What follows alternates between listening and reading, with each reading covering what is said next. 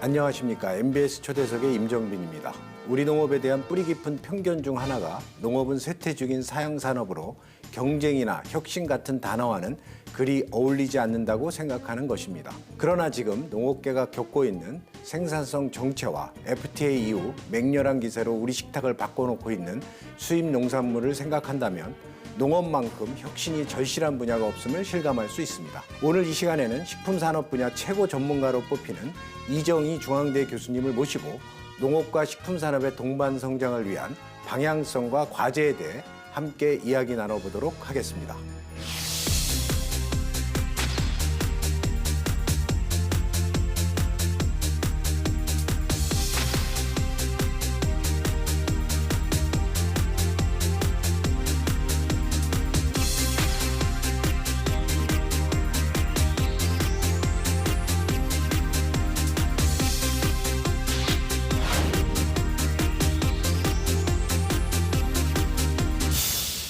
오늘 스튜디오에 중앙대 경제학부 이정희 교수님 나와주셨습니다. 교수님, 이렇게 바쁘신 일정에다 나와주셔서 감사합니다. 네, 반갑습니다.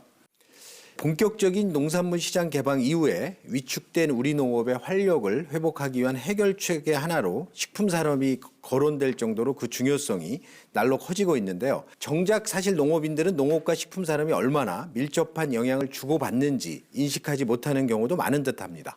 우선 그 농업과 식품산업의 연관성에 대해서 먼저 짚어주시면 좋겠습니다. 네, 농업과 식품산업은 아주 밀접한 연관성이 그런 관계입니다. 사실 우리 농산물을 소비자가 바로 섭취하는 경우도 있지만은 가공을 한다든가 이렇게 뭐 가공 정도가 또 상당히 차이가 나겠지만은 그래서 이러한 또 식당에서 이런 조리를 위해서 식재료로 사용되는 경우도 있고요. 또 가공식품을 만들기 위해서 공장에서 가공이 되기 위해서 바로 농산물이라는 원료가 사용이 됩니다. 그러니까 이제 갈수록 지금 소비자들이 직접 섭취하는 양보다도 점점 이러한 조리라든가 가공으로 쓰이는 이제 양이 많아지고 있기 때문에 사실 어떻게 보면은 수요를 좀 더 키워간다는 측면에서 봤을 때 소비자가 직접 섭취를 많이 하게 하는 방법도 있겠지만은 이러한 다양한 가공이라든가 이러한 조리를 통해서 소비자들이 좀 소비자들이 원하는 이러한 상품화 된다 그러면은 이런 원료로서의 농산물이 더 많이 활용될 수 있지 않을까. 그러면서 하나의 이러한 식품이라든가 외식 이런 분야가 농산물이 사용되는 하나의 또 시장으로 자리 잡기 때문에 그런 면에서 식품 산업하고 농업하고는 밀접한 관계가 있다 이렇게 말씀드릴 수 있겠습니다. 그래서 제가 알기로 정부에서도 이 농업과 식품 산업을 서로 연계하는 정책들을 한번 해보려고 한 게 좀 오래된 것 같은데 그런 어떤 정책의 연역이라 그럴까요? 그거에 대해서 좀 설명해 주시면 좋겠습니다. 네, 사실 정부가 정책적으로 가공식품 또 산지 가공 이런 분야에 이제 정책적인 어떤 그러한 이 뭐 제도화하기 시작한 것은 1993년도에 그때 이제 산지 가공 육성이라는 이러한 정책들이 시작이 됐습니다. 그러니까 농산물을 그냥 이 원물 형태로 그냥 파는 것만 하지 말고 산지에서 좀 가공을 해서 부가가치를 높이자 이렇게 해서 이제 시작된 정책이 93년도에 시작이 됐고요. 그러다가 이제 2008년도에 그동안의 농림부 이름이 바뀌죠. 그때부터 이제 지금의 전체적인 이름을 붙여서 농림축산식품으로 바뀌었습니다. 네.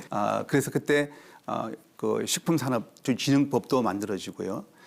이렇게 해서 정부가 그동안에 이제 이러한 90년대부터 시작이 돼서 2000년대에 들어와서 좀 더 본격적으로 드디어 또 식품산업육성법도 만들고 지금은 사실 농식품부가 식품에 대한 어떤 그런 강조를 많이 하고 있고 뭐 시대적으로 보더라도 소비자들이 이제는 뭐 다양한 방법으로 이런 농산물을 섭취하고 있기 때문에 이제 예전 같은 방식보다는 새로운 어떤 방식을 자꾸 찾아야 된다는 측면에서 식품이라는 측면은 정책적 중요도는 커지고 있다.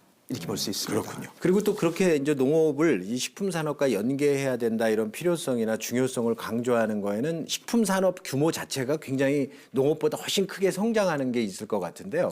그 상황이 어떤가요? 네, 지금 뭐 농업이 그동안의 성장 속도가 조금 더 느렸죠. 아무래도 이제 농업 분야라는 어떤 그동안의 우리나라의 산업 구조적인 어떤 변화를 보게 되면은 뭐 초기 개발 단계, 경제 개발 단계에서 볼 때는 산업에서 가장 큰 비중이 사실은 농업이었습니다.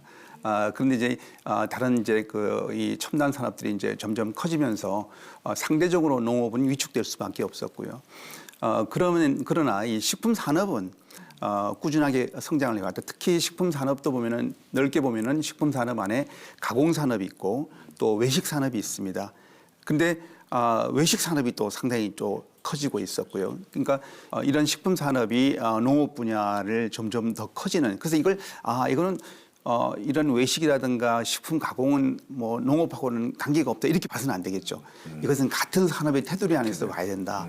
크게 보면은 그런 면에서 봤기 때문에 식품 산업이 커지고 있는 것을 농업은 잘 또 활용할 수 있어야 되지 않을까 이렇게 생각합니다. 그런데 그럼 식품 산업이 식품 제조업이든 외식이든 이런 것들이 이렇게 커져가는 큰 뭐 다른 이유는 있나요? 사실 이제 소득 수준이 높아지게 되면은 소비자들이 식품을 단순하게 어떻게 보면은 그냥 하나의 그냥 에너지원으로 배를 채우기 위해서 이런 시대는 이제 지나갔죠. 어떻게 하면 이제 좀 더 맛있게 먹고 좀 더 색다른 어떤 음식을 먹고 싶고 또 재미있게 먹고 싶고 이렇게 하기 때문에 단순하게 그냥 농산물을 팔아서 그런 이 소비자들의 욕구를 충족시켜 주기에는 역부족이죠. 그렇다 그러면 이걸 좀 더 재미있게 가공을 하고 가공도 왜냐하면 아이들도 요즘 식품을 이렇게 선호할 때 보면은 뭔가 좀 펀이 있는 어떤 그런 식품을 좋아하고요. 또 디자인도 따지고 용기 디자인도 따지고 그렇기 때문에 그래야 별로 배가 아파서 사 먹는 게 아니라 좀 즐기기 위해서 사 먹는 이렇게 소비를 하는 거죠. 이렇기 때문에 이제 식품 산업이 다양한 어떤 그런 소비자들의 욕구의 변화에 대해서 이러한 요구에 충족하기 위해서 발전하고 있고 또 한편에서는 그만큼 더 다양한 어떤 외식 서비스 그다음에 가공에서 기술도 많이 발달하고 있다. 이렇게 볼 수 있겠습니다. 요즘은 또 푸드테크 그래서 푸드의 테크놀로지가 또 연결돼서 첨단 산업도 식품하고 지금 이제 융합이 일어나고 있는 거기 때문에 이런 면에서 식품 산업은 그동안 쭉 성장해왔고 앞으로도 그런 면에서 성장 가능성은 크다 이렇게 볼 수 있겠습니다. 그렇군요. 그래서 식품 산업은 경제 발전과 소득이 증가하면서 커지고 있고 또 앞으로도 커질 전망이 있다고 말씀하셨는데요. 그래서 아마 농업 분야에서 기대감이 큰 것 같은데 근데 생각보다 이 농업과 식품 산업의 연계가 좀 이렇게 피부로 안 느껴지는 게 아마도 이 국산 농산물을 원료로 식품 가공 산업이든 외식 산업에서 생각보다 많이 쓰지 않아서 그런 것 같은데요. 그 현황은 어떤가요? 농식품부가 식품 정책을 안고 가는 이유는 농업과의 연계 효과가 크기 때문에 이렇게 이제 가고 있는데 이 성과가 사실은 기대했던 만큼 많이 나타나지가 못하는 문제가 있는 거죠. 그러니까 식품 산업이 커지면은 여기에 비례해서 우리나라 농업도 같이 성장을 해줄 수 있어야 되는데 그러려면은 우리나라 국산 농산물이 외식이라든가 가공에 많이 활용될 수 있어야 된다는 거죠. 그런데 이제 아쉽게도 그런 부분에 대해서는 좀 물론 예전보다는 조금 성장한다고 그러지만은 여전히 기대만큼 충족이 안 되는 이런 부분이 있습니다. 이것은 아무래도 가격 예를 들어서 가공이라든가 외식 업체 입장에 봤을 때는 이런 비용을 고려해서 가능하면 좀 싼 원료를 사용할 수밖에 없는 이러다 보니까 우리 국산 농산물을 사용하는 데 한계도 있다. 그래서 우리나라에 지금 현재 뭐 통계 알려진 것만 보게 되면은 이제 한 30% 정도가 좀 넘는 이 정도의 그 우리나라 제조 분야에서 국산 농산물 원료가 사용된다고 알려지고 있는데요. 근데 이제 이게 단순하게 가격만이 아니라 또 대량 가공을 하는 경우는 원료가 또 대량으로 필요합니다. 그런데 어떠한 특정한 어떤 농산물이 인기가 좋아서 그걸 원료로 해서 대량 가공을 하려다 보니까 또 충분하게 그 농산물을 원료로서 확보를 하지 못하는 또 이런 문제가 생기고 그러다 보면 가격이 갑자기 또 폭등이 되는 문제가 생기죠. 갑자기 이제 수요가 많아지니까 이런 문제들이 사실 있습니다. 그래서 이제 이런 문제들을 정부가 앞으로 정책적으로 어떻게 또 풀어나가야 될 건가 이 고민이 그래야만이 농업과 식품 산업이 이런 연계 효과가 기대만큼 좀 이루어지지 않을까 이렇게 봅니다. 그러면 그게 또 최근에 이제 농식품부가 되면서 농산물 수출이라고 안 하고 농식품 수출이라고 하면서 또 이 수출 분야도 사실 속 내용을 보니까 그렇더라고요. 그러니까 농산물 수출이 작년도에 한 69억 불, 농식품 수출이 69억 불이라고 큰 돈이잖아요. 근데 그 중에 뭐 70% 이상이 가공식품이라고 그러고 그러다 보니까 또 가공식품에 국산 원료가 많이 안 들어가다 보니까 그게 실질적으로 농가 소득과는 잘 연결 안 되고 뭐 이런 문제도 그 똑같은 문제라고 볼 수 있나요? 네, 그렇습니다. 사실 식품 정책의 성과 중에 하나가 수출 부분이 있을 텐데요. 우리 사위원님 말씀하신 것처럼 작년에 69억 불, 올해 목표를 77억 불로 77억 잡은 것으로 알고 있습니다. 근데 이제 이게 이 좀 거슬러 올라가게 되면은 85억 불 이때까지도 올라갔던 전이 있었고 이게 이제 수출이 좀 떨어졌다가 다시 조금 올라가는. 그래도 지금 작년에 중국의 수출이 어렵고 여러 가지를 고려한다 그러면은 농식품 수출이 상당히 선방을 했다. 이렇게 이제 평가를 받고 있다고 보는데 지금 이 수출 부분에서 점점 비중이 농산물 원물 수출보다는 아무래도 가공 비중이 점점 커지고 있습니다. 지금 저는 농식품 수출에 있어서 가공 비중은 앞으로도 계속 좀 커지지 않을까. 그런데 이제 이 가공 비중을 농산물과 연계돼서 이렇게 가공이 이루어지는 부분들이 만약에 이게 그 효과가 커지게 되면은 농식품에서 가공 비중이 차지를 많이 하더라도 우리 국산 농산물이 수출에 기여하는 바는 상당히 커지기 때문에 그런 효과를 얻도록 노력을 해야 될 거라고 보는 거고요. 그 지금 글로벌 시장을 보게 되면은 아무래도 요즘 이제 한류 바람들이 많이 불어서 코리아 푸드에 대한 어떤 그런 사실은 수요, 기대감들이 높은 건 사실입니다. 저는 앞으로 이게 한국 이 브랜드 어떤 코리아 브랜드 인지도가 상당히 높아졌기 때문에 저는 앞으로 그런 수출 상당히 이 가능성은 좋다고 보고요. 단지 하나 이제 우리 농산물하고 어떻게 연계를 좀 더 강화를 시켜서 농업이 더 효과를 볼 수 있는 이런 어떤 정책적인 노력이 좀 더 필요해 보인다라고 볼 수 있겠습니다.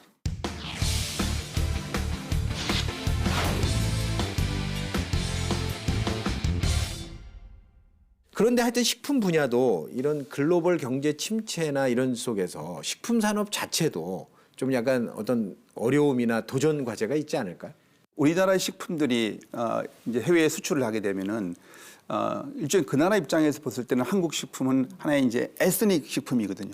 뭐 우리가 일반적으로 늘상 먹는 게 아니라 하나의 그 나라의 고유의 민족 식품이 되기 때문에 어떻게 보면은 여유가 있어야 그런 그 에스닉 푸드의 수요가 높아질 수밖에 없겠다. 그래서 세계 경기가 안 좋아지게 되면 아무래도 전통식품의 수출에 영향을 받을 수밖에 없다고 생각은 되고요. 국내적인 측면에서 보더라도 이러한 뭐 내수 시장에 보더라도 보면은 식품 소비의 변화가 워낙 지금 크기 때문에 저는 인구 구조의 변화가 식품 소비에 크게 영향을 주고 있기 때문에요.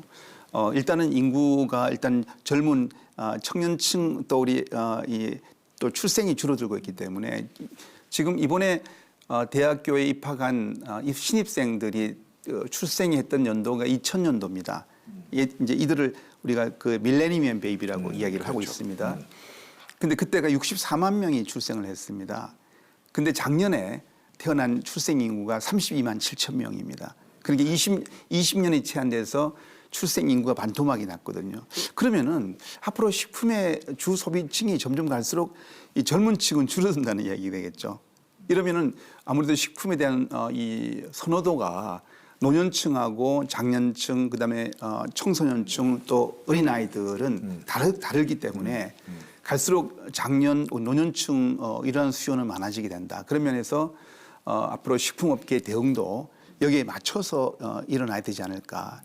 어쨌든 국내 이러한 식품에 있어서도 국내에서 가공식품 같은 경우는 우리가 생활 필수품 가공식품은 그래도 경기에 영향을 좀 덜 받겠지만은 그렇지 못한 이러한 뭐 기호식품 같은 영향을 좀 받기 때문에 이런 경기 문제라든가 그래서 경기는 뭐 국내만이 아니라 세계 경기에 전반적으로 이런 영향이 하나의 뭐 도전 과제가 되고 있지 않을까 생각됩니다. 그러면 교수님께서 말씀하신 어떤 인구 구조, 또 인구 자체가 줄고 또 인구 구조도 아마도 핵가족화가 되고 또 맞벌이 부부도 있고 그래서 하여튼 식품 산업 자체에도 굉장히 변화가 그런 도전 과제를 극복하기 위해서 그런 노력이 필요할 것 같은데요. 구체적으로는 그럼 어떤 방향을 가지고 식품 산업을 발전시키는 게 좋을까요? 네, 그렇습니다. 이제 그러니까 절대적인 양은 줄어간다고 봅니다.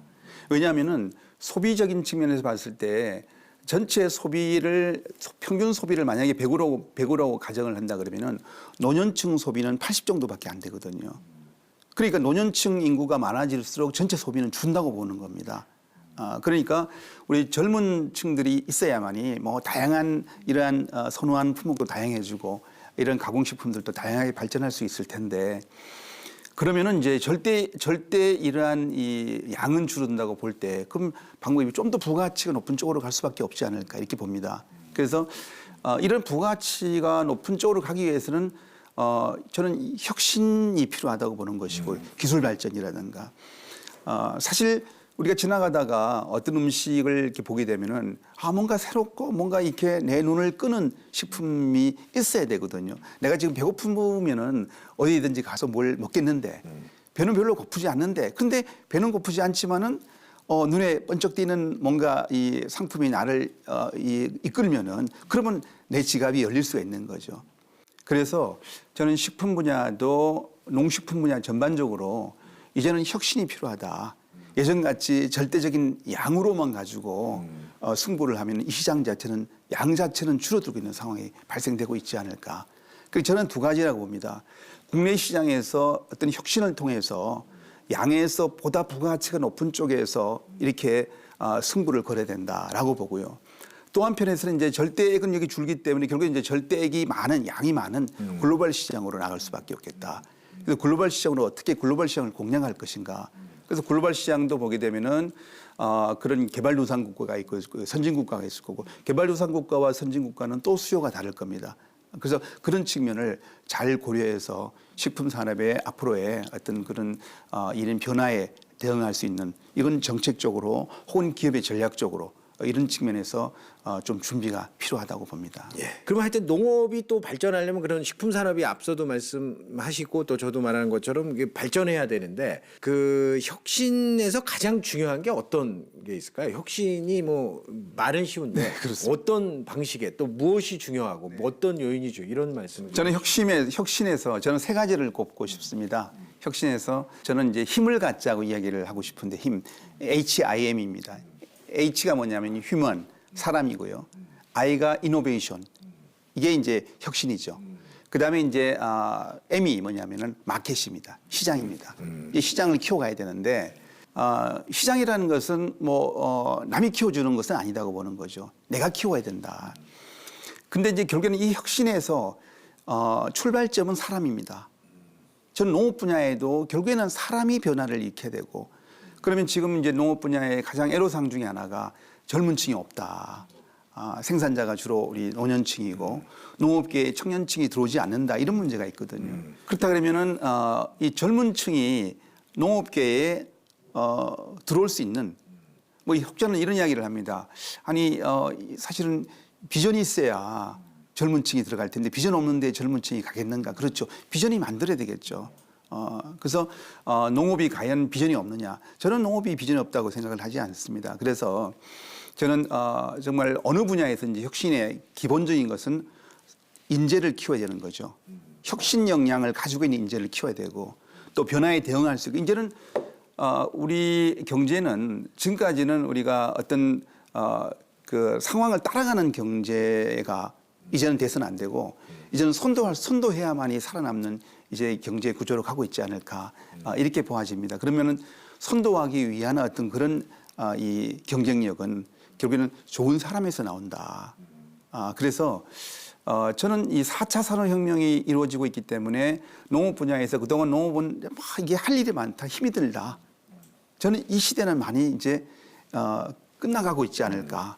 그러면은 농업 분야도 스마트화를 통해서 충분하게 이 좀 힘을 좀 고생을 좀 덜하면서도 충분한 부가가치를 높일 수 있는 이런 시대가 오고 있기 때문에 저는 농업 분야에 좋은 이러한 혁신 역량을 갖고 있는 이러한 인재를 많이 키워야 되고 결국엔 그 인재들이 아이디어를 내는 겁니다. 그동안 보이지 않는 아이디어를 내서 새로운 시장을 만드는 거죠. 저는 농업은 하나의 이 농업이라는 파일을 어떻게 키울 거냐 하는 문제거든요. 그 파일을 키운다는 것은 그만큼 수요를 많이 만들어야 되는데 그 수요를 만드는 것은 그냥 앉아서 만들 수 있는 게 아니라 만들어지도록 결국에는 이러한 혁신 인재들이 그런 좋은 아이디어를 내서 소비자들이 찾도록 만들어야 되는 그래서 그래야만이 거기서 기술 개발도 일어나는 것이고요.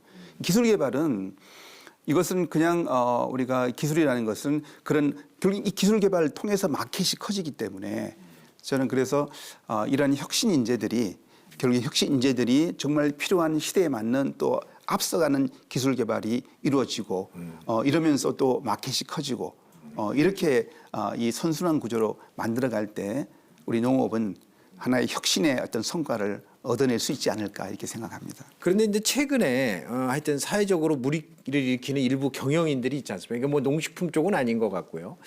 그래서 사실은 갑질 문화라 그러나요? 그래서 기업의 이미지 또 젊은 사람들이 어떻게 열심히 일하고 열정적으로 일하는 그런 것들을 좀 떨어뜨리는 이런 것들이 굉장히 그 젊은이들에게도 상실감을 주고 또 경제에도 별로 도움이 안 주는 것 같은데요. 어떤가요? 이런 것들이 어떤 인재 중심의 교수님이 말한 그거랑은 좀 전혀 반대되는 경우죠.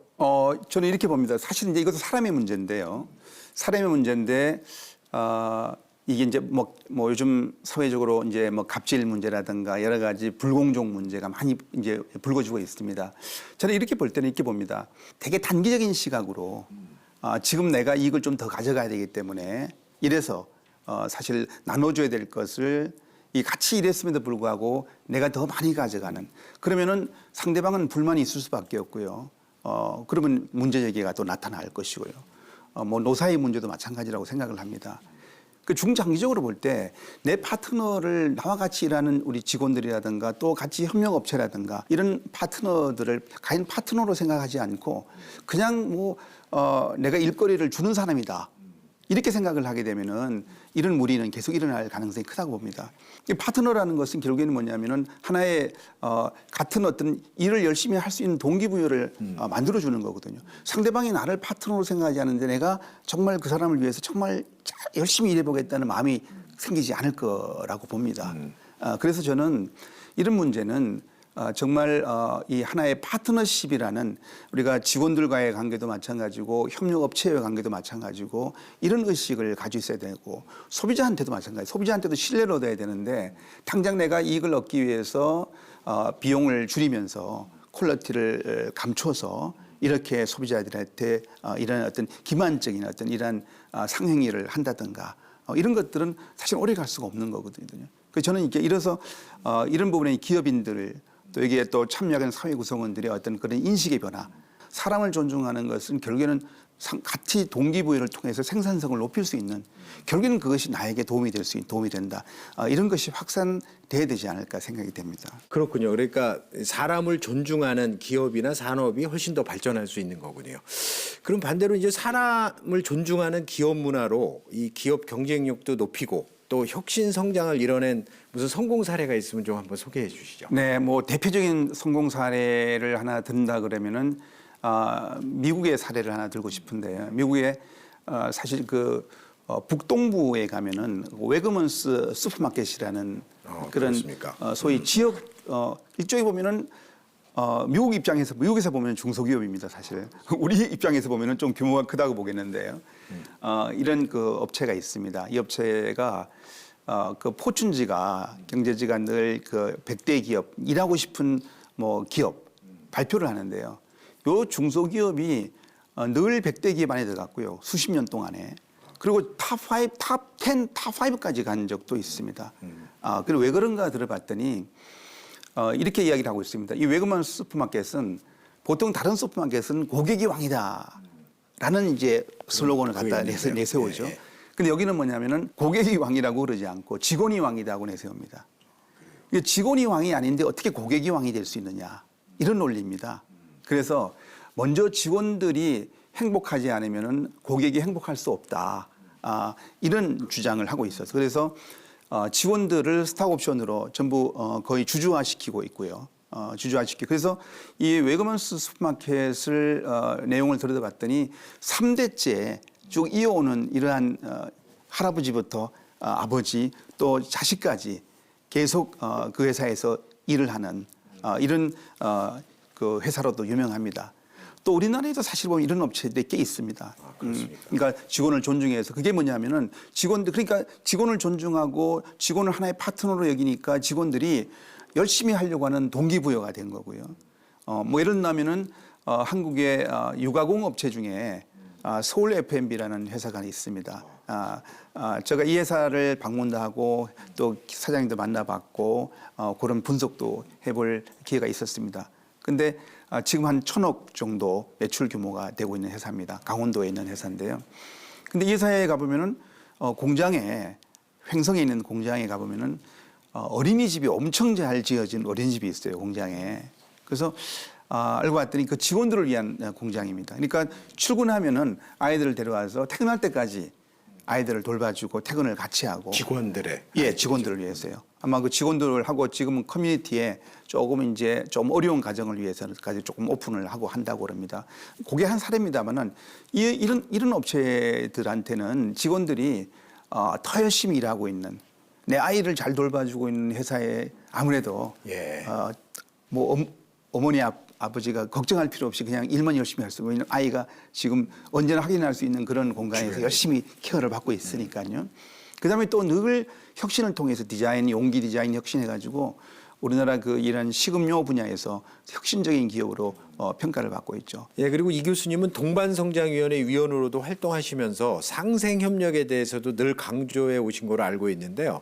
그렇다면 우리 농업과 식품산업에 있어서도 이러한 상생협력을 통해 이런 동반성장을 이룬 사례가 있다면 좀 알려주시죠. 네, 한 3년 정도 동반성장위원회에서 공유위원 활동을 이제 했었습니다. 하면서 대기업들 또 그다음에 중소기업들 대표님들하고 같이 3년 같이 여러 가지 뭐 어려운 문제들을 놓고 대기업들이 또 불편한 경우도 사실은 많이 있었고요. 왜냐하면 또 양보도 해야 되니까. 그런데 식품과 농업 분야의 동반성장의 여지는 상당히 많이 있다고 봅니다. 왜냐하면은 식품업계에 우리 대기업들이 많이 있습니다.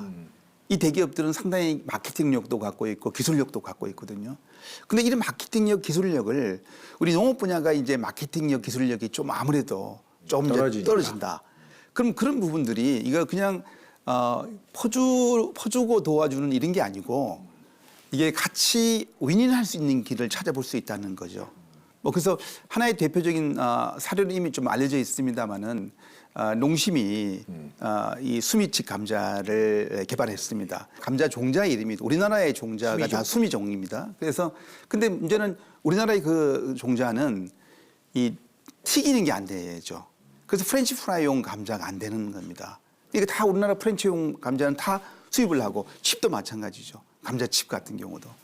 우리는 그냥 삶아 먹고 뭐 이래야 되는 거니까 가공이 다양해야 되는데 그래서 이제 그러면은 우리 수미 이 감자를 이용을 해서 이게 프라이잉을 해서 가능하게 만들어내려면 이게 기술이 뭔가 좀 있어야 되거든요. 그래서 이제 그때 저도 현장도 가봤었고요. 에어프라이잉이라는 이게 그냥 기름에 튀긴 게 아니라 공기를 이용해서 프라이잉하는 뭐 기술을 통해서 이제 이 문제를 해결을 해서 만들어진 게 이게 바로 이제 수미칡 감자입니다. 그러니까 국산 100% 국산 감자가 되는. 저는 이제 이거를 높이 좀 이렇게 확산됐으면 좋겠다. 근데 아직까지는 어쨌든 좀 더 확산됐으면 좋겠다는 저는 기대만큼 아직 확산될 듯다고 보는데 어쨌든 근데 이제 아무래도 하는 과정에서 뭐 이렇게 뭐 경비 따지고 채산성 따지게 되면은 수입에 해서 사용하는 것보다는 조금 더 떨어질 수 있을 겁니다. 근데 그거는 이제 이렇게 시작을 해두면은 그래서 저는 좋은 시작의 사례라고 보는 것이고요. 뭐 CJ에서 또 우리나라 국산 종자를 개발해서 또 보급하려고 하는 뭐 이런 사업도 하고 있는 것도 저는 좋다. 왜냐하면은 우리가 서로 외국 종자들을 주로 많이 이용을 하고 있어서 우리 국산 종자를 개발하는 그래서 이제 사실은 종자 산업을 키울 수 있는 이것도 중요하다고 생각하기 때문에 그러려면은 결국에는 대기업들이 기술력이 필요하다. 또 마케팅력이 필요하다. 그런데 그게 단순하게 농업한테 그냥 퍼주는 것이 아니다. 바로 그 기업한테 이미지도 좋게 가져갈 수 있고 또 한편에서는 또 새로운 어떤 수익을 가져올 수 있는 이런 어떤 길을 찾는다 그러면은 저는 좋은 동반 성장의 길이라고 보는 것이고요. 지금 우리가 주로 동반성장위원회가 지금까지는 대중소기업, 그러니까 중소기업과 대기업 간의 동반 성장을 주로 이제 정부 상생법에 의해서 이렇게 해오고 있습니다. 근데 저는 이 동반 성장이라는 것은 이제 농업도 동반 성장의 같은 대상으로 같이 들어가야 된다. 이렇게 좀 넓게 이제 봐야 된다. 이렇게 봅니다. 그래서 어차피 중소기업도 어려운 이러한 분야이고요. 농업도 어려운 분야라 그러면은 바로 이제 좀 대기업들이 중소기업뿐만 아니라 이 농업 분야도 관심을 갖고 정말 여기서 새로운 신성장 동력을 왜 농업에서 찾으려고 생각을 하지 않느냐. 저는 그것도 충분하게 가능하다. 원래 이 남들이 다 이렇게 가능성이 있는 대로 그쪽만 가면은 거기는 너무 경쟁이 치열합니다. 레드오션인데 차라리 저기는 안 될 거야 라고 내버려둔 데를 오게 되면은 거기 이 블루오션이 될 수 있는데 우리 대기업들이 좀 농업에 그런 면에서 관심을 좀 가져준다 그러면은 농업과의 동반 성장이 또 생기고 대기업도 윈하고 농업도 윈할 수 있는 길이 좀 생겼으면 좋겠습니다. 예, 좋으신 얘기입니다. 그래서 제가 알기로 요새 그래서 그런 용어를 크리에이팅 shared valu라 해서 공유 가치 그 창출이라 그러나요? 그래서 예전에는 뭐 큰 기업이 작은 기업 혹은 또 비농업이 농업계를 뭐 도와준다 컨셉에서 지금은 서로 가치를 창출하자. 그런 내용으로 좀 얘기가 되는 것 같습니다. 그렇습니다. 그래서 지금 이제 우리 공유 가치 창출 부분에 대해서는 이제 많이 좀 확산이 되고 있습니다. 하고 있었는데 그 부분들이 농업계도 좀 같이 거기에 함께 참여를 하면 좋겠다. 그래서 그러려면은 농업계에서도 좀 더 적극적으로 정책도 그런 부분을 좀 담아갈 수 있는 노력도 좀 필요하지 않을까 이렇게 보입니다.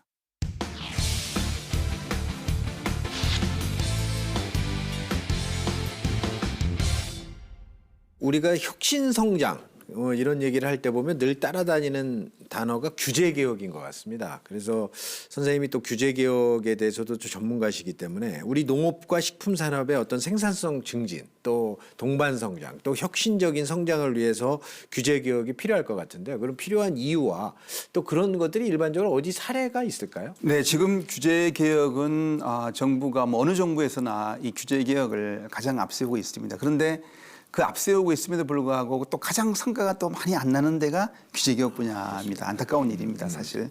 현 정부에서도 이 규제개혁을 상당히 강조를 하고 있고 대통령께서도 이러한 규제개혁에 있어서 앞장서서 강조를 하고 있습니다만은 이 규제라는 부분이 어떻게 보면은 그냥 하나만 해결돼서 되길 문제가 아니고 때로는 2중, 3중, 4중으로 이렇게 겹겹 이러한 어떤 장치들이 또 있는 문제도 있습니다. 그래서 하나만 푼다고 되는 게 아니고. 근데 지금 세상은 융합의 시대입니다.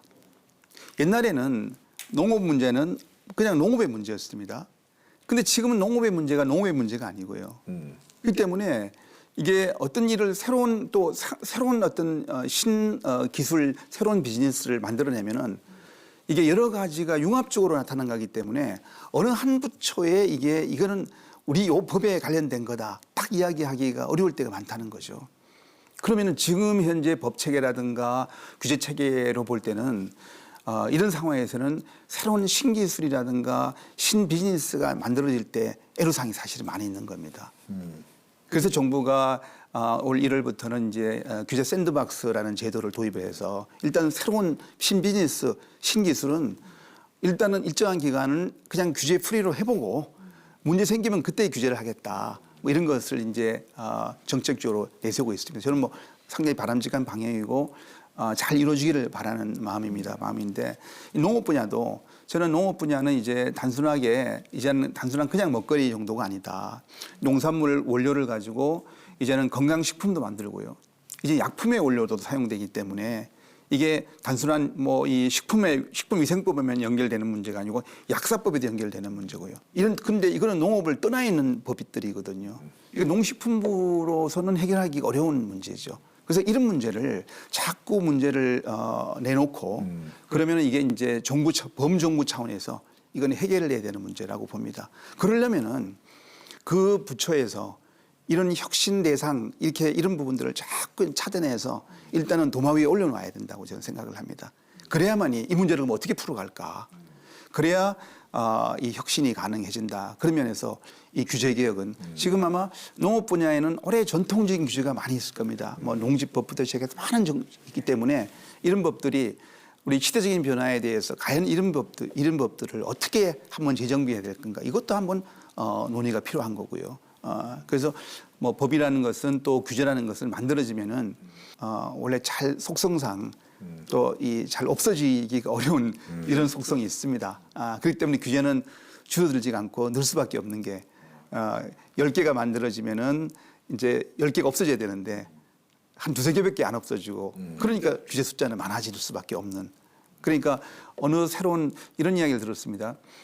새로운 비즈니스를 하는 기업 입장 기업이 해보니까 이게 규제가 없는 것처럼 보이는데 규제가 없어 보여요. 왜냐하면 이게 새로운 신기술이니까 또 근데 딱 걸리면 다 또 규제가 되는 거예요. 이러니까 차라리 규제를 해달라.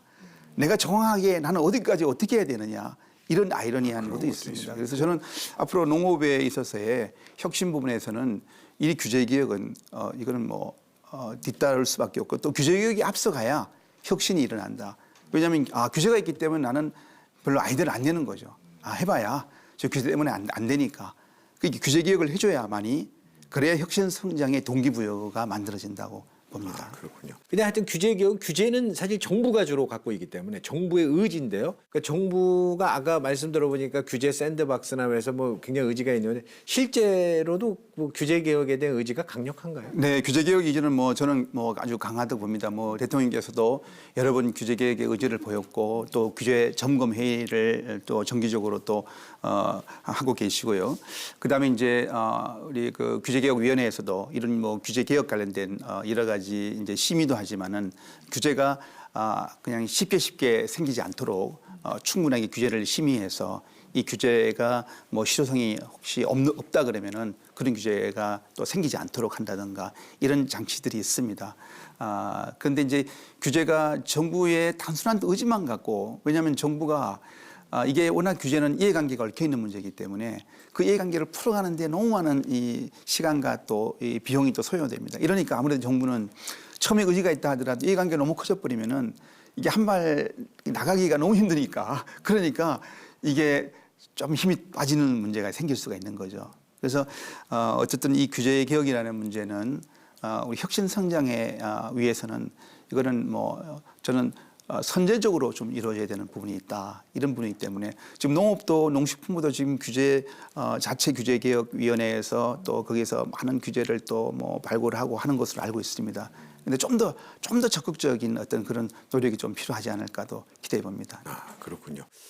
그리고 하여튼 농식품 분야에도 규제들이 많이 있다. 그래서 아까 말씀하신 전통적으로 있는 뭐 농지 규제라 농지법이죠. 뭐 또 여러 가지 규제가 있어 식품위생법도 있겠고 또 아까 의약품 이거는 이제 농산물이나 이 농산물이 그 의약품의 원료로 갈 때 또 화장품도 있겠죠. 천연물 이런 것들이 다 규제일 것 같은데요.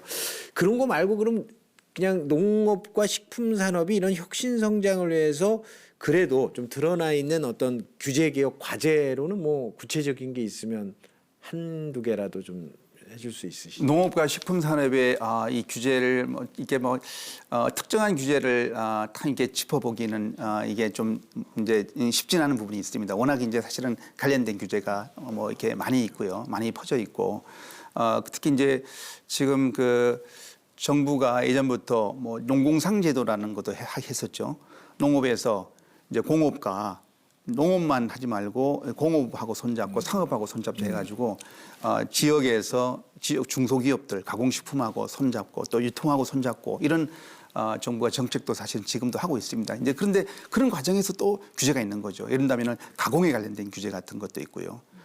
또 외식 같은 경우는 또 여기도 외식 분야이기 때문에 이 식품 위생이라든가 여러 가지 분야에서 또 영향을 또 받을 수밖에 없고 이렇기 때문에 이런 부분에 있어서 정부가 이게 지금 식품 관련된 부분은 농식품부가 이 규제법을 갖고 있는 게 아니고 식약처라든가 다른 부처가 사실은 많이 갖고 있죠. 특히 식약처하고 아마 관련성이 많기 때문에 약사법이라든가 또 식품위생법 이런 부분에 많이 있기 때문에 이런 부분들은 농식품부가 일단은 그런 어떤 과제를 많이 찾아내고요. 찾아내서 이 과제를 풀기 위해서 이걸 식품 식약처에다가 이 과제를 그냥 풀어라 주면은 그게 잘 안 풀리겠죠.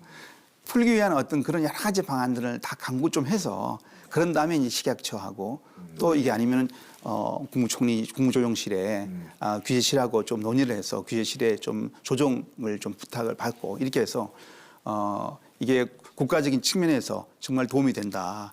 이런 어떤 좋은 좀 이 가치가 있도록 만들어낸다 그러면 이제 조금씩 성과가 나타나지 않을까 이렇게 생각해 봅니다. 다음은 그럼 우리가 농업을 아까 뭐 농식품 산업이 뭐 하여튼 성장 가능성이 높은 어떤 생명 산업이다 이런 인식도 요새 많이 증가하고 있지만 아직도 이 뭐 그래도 뭐 농식품 산업이라는 게 고부가 가치도 아니고 좀 뭐 성장성이 이렇게 높겠어 이런 또 조금 비관적으로 보는 우려의 시각도 좀 있는데요.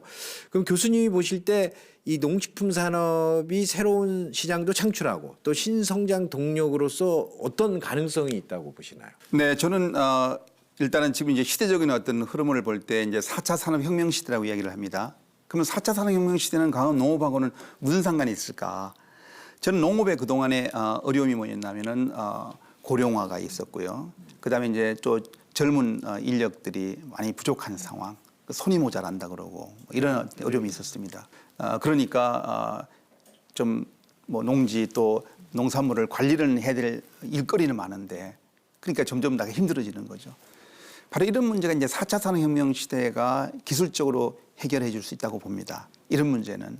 그러니까 손이 모자라는 문제는 저는 이제 4차 산업혁명 시대에서는 큰 문제가 안 될 거다. 이렇게 보아지는 거고요. 그러면은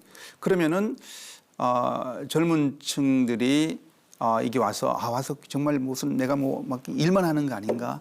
이게 아니고 좋은 아이디어가 있다 그러면은 결국엔 이게 이제 이 우리나라 농산물을 생산하고 하는 자체가 상당히 스마트화하게 변하게 되겠죠. 이렇게 된다 그러면은 이러면은 얼마나 이것을 잘 시스템으로 관리할 수 있겠는가. 뭐 이런 능력을 갖고 있는 인재들이 필요할 거라고 저는 보는 거고요.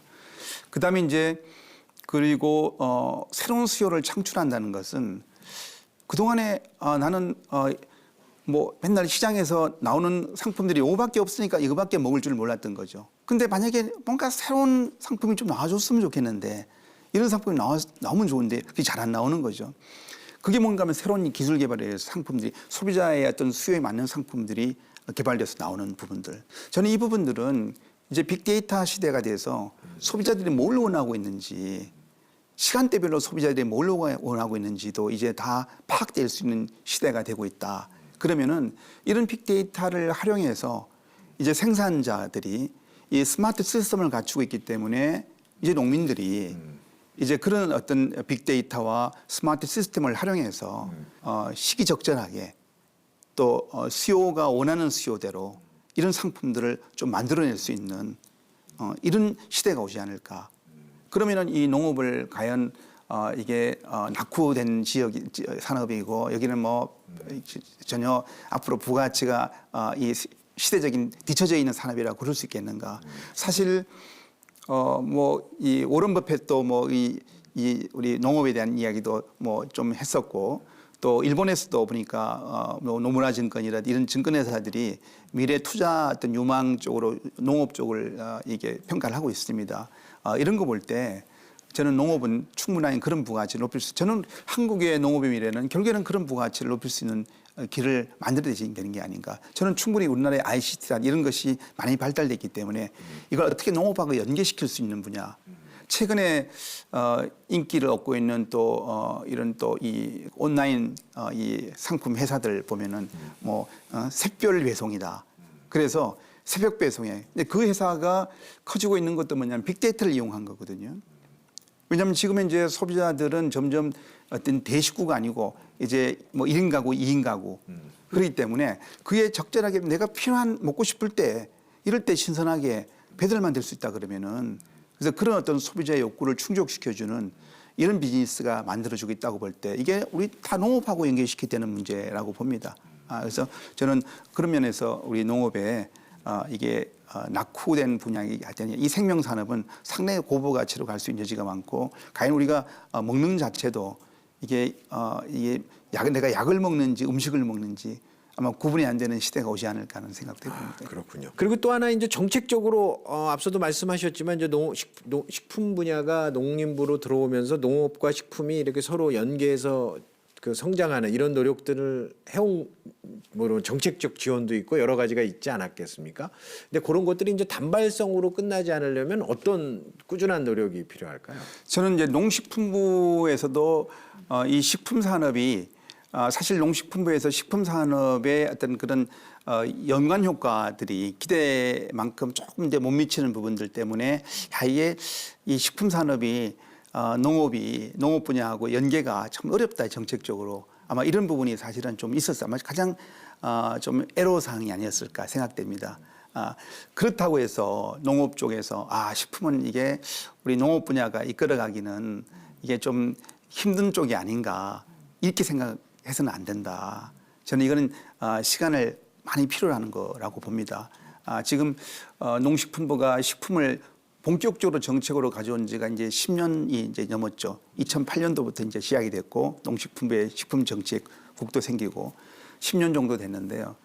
저는 앞으로 이 10년의 어려움이 앞으로 좀 더 거기에 대한 어떤 가치 인식을 더 함께 좀 가치 인식이 돼야 되지 않을까 이렇게 해서 새로운 수요를 창출하고 농업이라는 이러한 이 시장의 파이를 키워가는 이런 식품 산업 여기서 나는 융합이라는 측면을 더 강조를 해서 저는 이런 융합적인 정책에 이런 마인드가 좀 더 많이 만들어져서 그동안 어려웠지만은 쉬운 정책이라면은 뭐 누구나 갈 수 있는 거지만 이 어려운 정책에서 성과를 앞으로 좀 낼 수 있으면 좋겠다는 생각을 해봅니다. 그래서 하여튼 4차 혁명의 시대 또 이렇게 빠르게 세계 경제가 변화가고 있는 시대에서 아마도 모든 산업들이 도전과 혁신이 아마 키워드로 대두되고 있는 것 같은데 물론 그것이 이제 생존을 위한 어떤 노력이 되겠죠.